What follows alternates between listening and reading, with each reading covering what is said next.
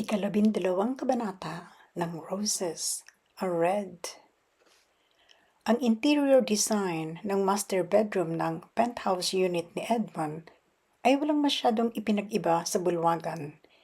Indigo ang wall-to-wall shag carpet, indigo rin ang kulay ng drapes at pale blue ang net curtains. Ang king-sized bed ay natatakpan ng cobalt blue comforter at magkakasalit na smoky blue, navy blue at pale blue ang mga unan. Ang wall unit na kinapapatungan ng mga libro at ng stereo system, gayon din ang computer table sa sulok. Ang simpleng dresser sa kabilang gilid ng kama ay puro cobalt blue. Maging ang personal computer ay designer navy ang kulay. Akmang-akma iyon sa wallpaper na mapusyaw na bughaw.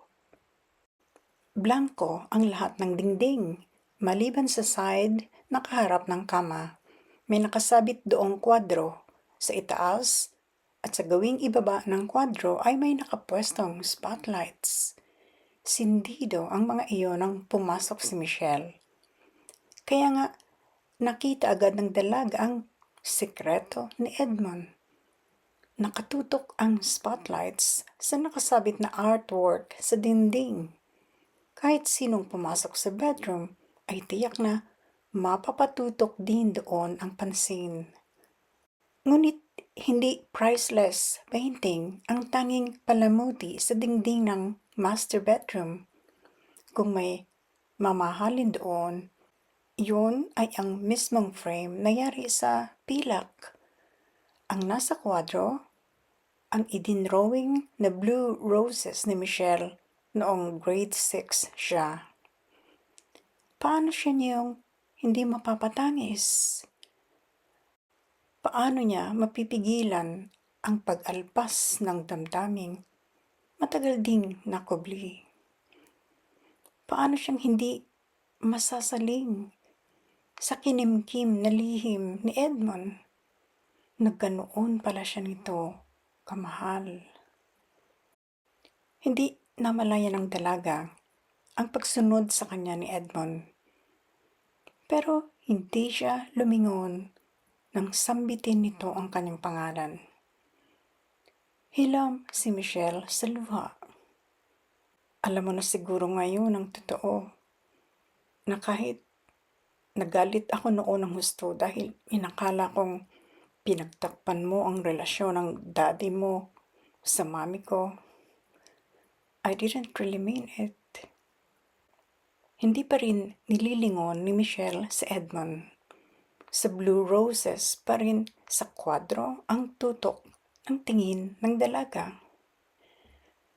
Aniya sa binata, garalgal ang tinig. Binintangan mo ako noon. Sabi mo, kasalanan ko ang lahat.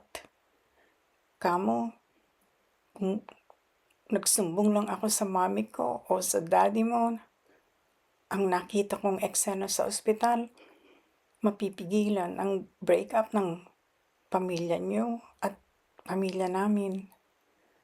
12 anyos pa lang ako noon, Michelle, sabi ni Edmond. Hindi pa ganoon kahinog ang isip ko. Ikaw ang sinisi ko dahil ikaw ang kumbinyenteng sisihin sa halip ng daddy mo at mami ko. Humikbi si Michelle. Nagsikip ang dibdib niya sa biglang hugos ng mapait na gunita. Sabi niya, kung alam mo lang kung gaano kasakit sa akin noon, ang laging isipin na iniwan na nga kami ng daddy ko. Tapos, galit ka rin sa akin. Ani Edmond, kung alam mo lang, Michelle, kung paano ako mamatay-matay halos sa lungkot nang umalis kami ni daddy sa Monte Vista. Hindi lang sina Mami at Suzette ang na-miss ko noon. Mas grabe ang pangungulila ko sa'yo. I told you, hindi ba? Ikaw ang first love ko. I've never loved any other woman since then. There's Sophie, pagunita ni Michelle. I liked her, but never did love her, sagot ni Edmond. Nakipag-steady lang ako sa kanya dahil ibig kong magkaroon ng stable na relasyon. Ayaw kong tumulad sa daddy ko na iba-ibang babae ang pinatulan buhat ng iwan ng asawa. Umikot si Michelle paharap sa binata para sambatan. Sabi niya rito, kung totoong na-miss mo ako, bakit hindi ka sumulat sa akin? Bakit hindi mo ako pinuntahan ng nasa edad ka na? Idinampi ni Edmond ang likod ng kanyang palad sa pisngi ni Michelle na nilandasan ng luha. Sabi nito sa dalaga, kung pwede mong gugulin dito ang magdamag, sige, ipababasa ko sa iyo ang maraming sulat na ginawa ko noong araw para sa iyo. Napamaang si Michelle. Aniya, huwag mo sabihing sumulat ka nga. Tumango si Edmond. Hindi ko lang naipadala kahit isa, Michelle. Natakot ako. Baka galit ka rin sa akin. Baka hindi mo lang ako sagutin. Pagkasabi niyon, tumalikod ang binata at lumapit sa bedside table. May inilabas siyang susi. Pagka-unlock sa drawer niyon, inilabas niya ang isang blue box na sinlaki ng sisidla ng sapatos. Nag-angat ng tingin si Edmond. Sinalubong ang mga mata ni Michelle. Nito, heto ang mga sulat ko sa iyo. Gusto mong simulang basahin? Lumapit si Michelle. Inabot ang blue box na upo sa gilid ng kama. Kumuha ng isang sulat. Naka-address iyon sa kanila sa Monte Vista Subdivision at binasa iyon. Nakita ni Michelle ang petsa ng isulat iyon ni Edmond over 12 years ago. Ang simula ng sulat nito sa kanya, pinakamamahal kong Michelle. Muling napaiyak ang dalaga. Umupo si Edmond sa tabi ni Michelle. Inakbayan siya nito. Yumapos siya sa binata at sa dibdib nito siya nag-umiyak ng husto. Naniniwala ka na ba ngayon, Michelle? Masuyong tanong ni Edmond sa kanya. Na hindi nagbago kahit kailan ang pagtingin ko sa iyo. Hikbi lang ang itinugon ni Michelle sa binata. Kahit nagkaroon ng isang Sophie sa buhay ko, sabi ni Edmond. Sa likod ng isip at puso ko ay naroon ka.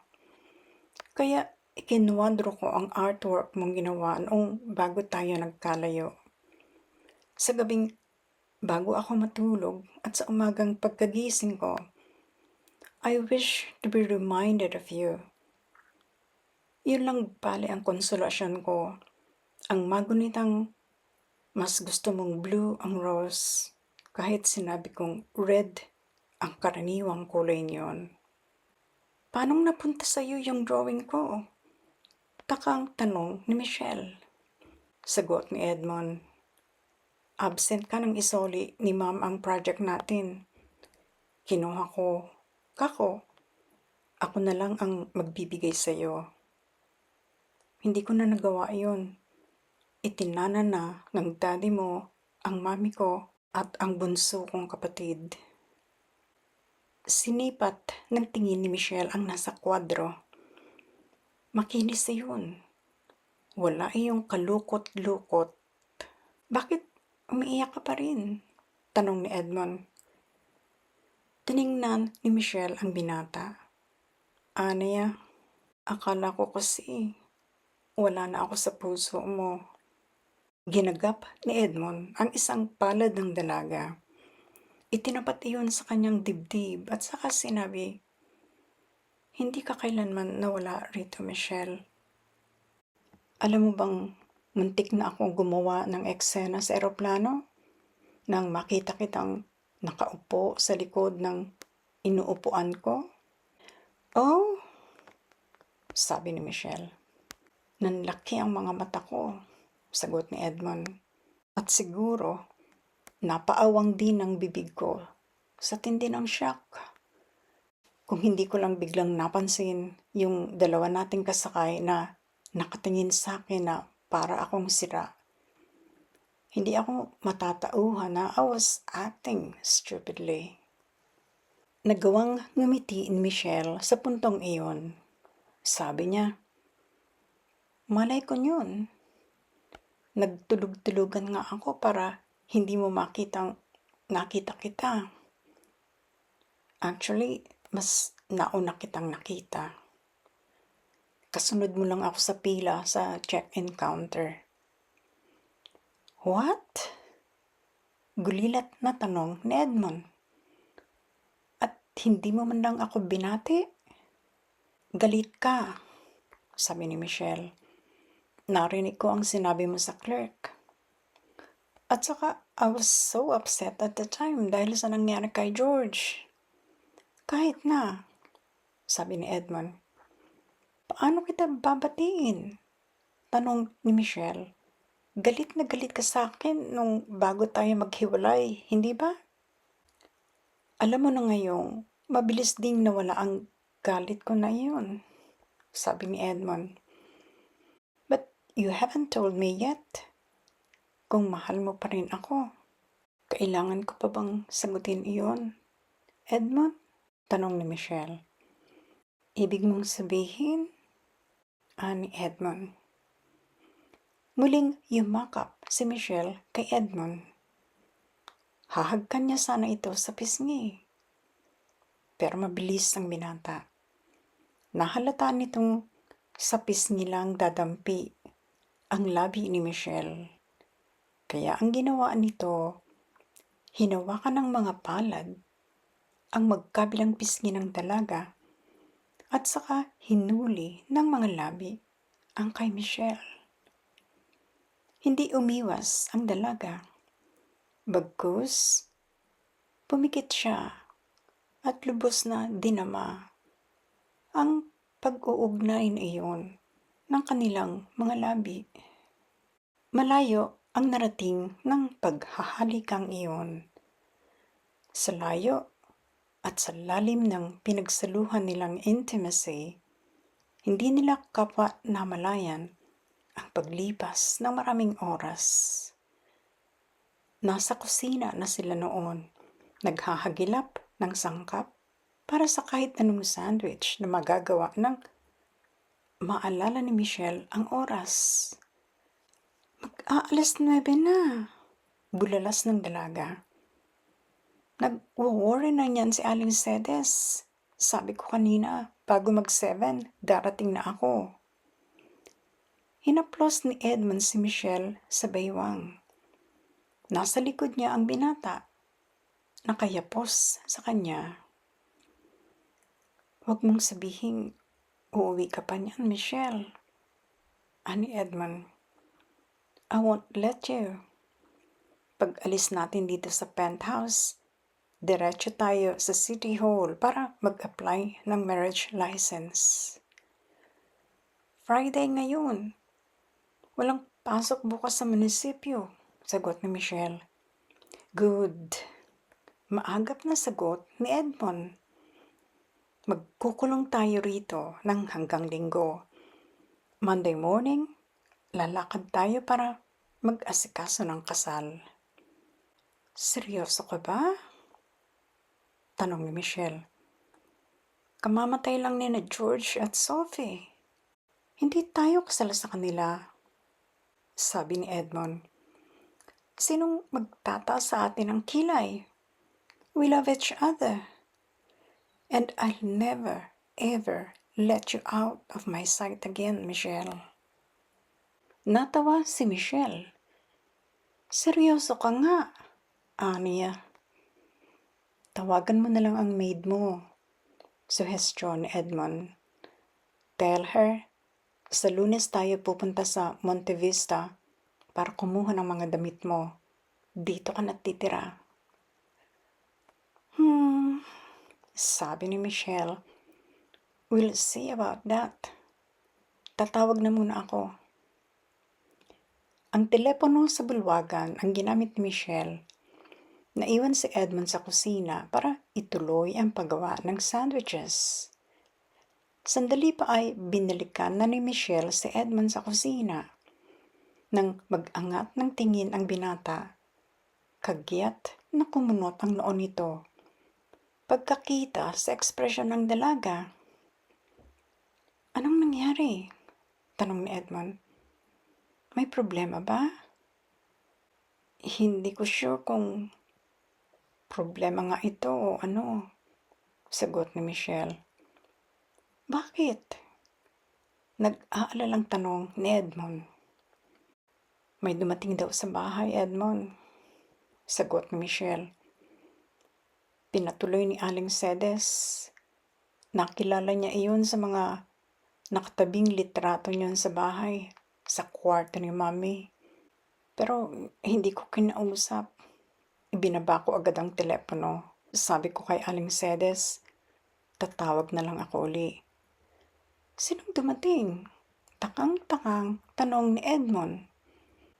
Ang daddy ko ang dumating, Edmond. Huwag kaligtaan ang huling kabanata ng unang aklat ng kasaysayang Roses are red and violets are blue. Abangan.